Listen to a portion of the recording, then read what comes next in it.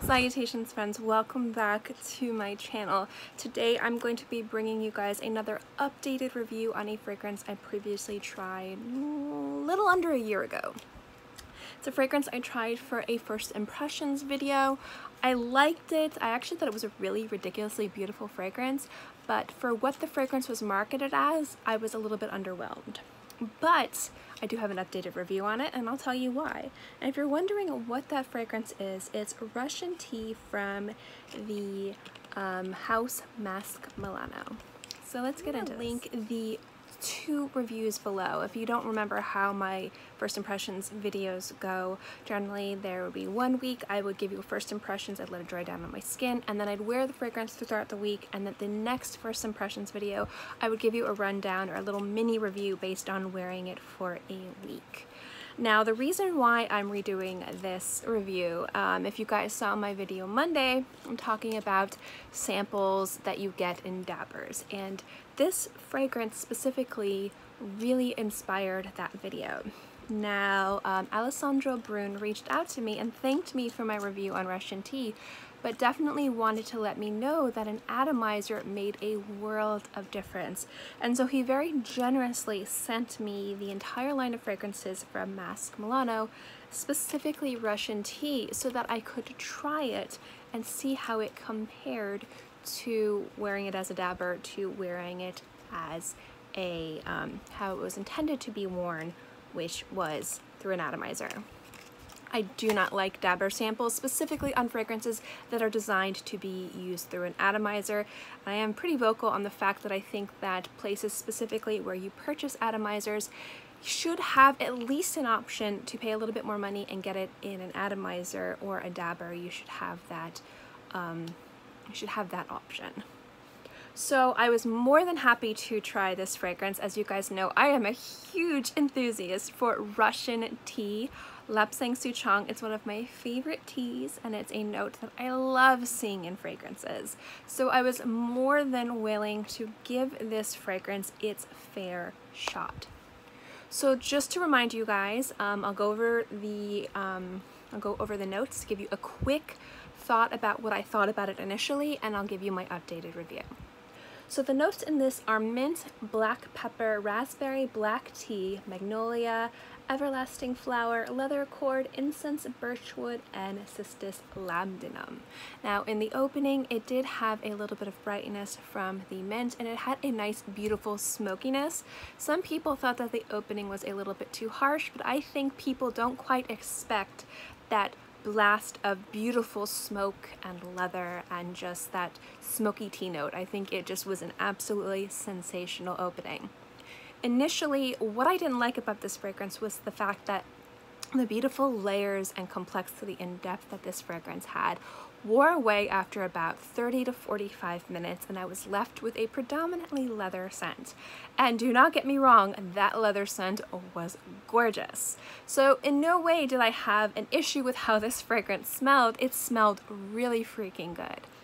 But when I'm looking at a fragrance that was supposed to be marketed as a Russian tea fragrance, and somebody who has a mild obsession with Russian tea fragrances, I was a little bit let down that the beautiful smokiness and layers that were supposed to be evocative, I think that's the right word, of Russian tea kind of disappeared really quickly, and you were left with a gorgeous but just a very leather dominant scent. So let's talk about how an atomizer really changed the game of this fragrance and why I think it is so important to sample these fragrances properly. The opening of this changed, and it really changed how the fragrance developed on my skin. Overall, the same smell was there. It started off smoky, it started off really beautiful and complex and mysterious, and then it died down to a predominantly leather scent. But the length of time that I really got the beauty and the depth of this fragrance was exponentially, and I mean exponentially, just increased. I got this a few hours on my skin. I get about 6 to 8 hours now, which is great. The opening, you really get a brighter blast of the mint, and I think that really helps kind of cool off the crazy smokiness. And as much as I loved the crazy smokiness in the opening on the dabber, I do think that it was a little bit more interesting and artistic and well blended with the mint. I think it definitely toned it down a little bit. But what I also think that did is it helped everything develop properly. You got the beautiful smokiness of the tea, you got the beautiful sweetness of the magnolia.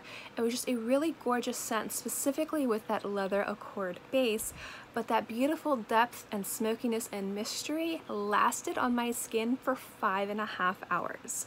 So rather than initially where it was 30 minutes, and then I was left for a few hours with a, albeit ridiculously gorgeous leather scent, what I truly wanted from this fragrance completely changed, and it was completely prolonged and beautiful, and I appreciated it more and more because of the way it applied, and I got to get that beautiful smoky tea, just mysterious scent that I love on my skin for a majority of the lifespan of this scent. So that is a humongous, and I mean a humongous difference in regards to how this fragrance developed on my skin.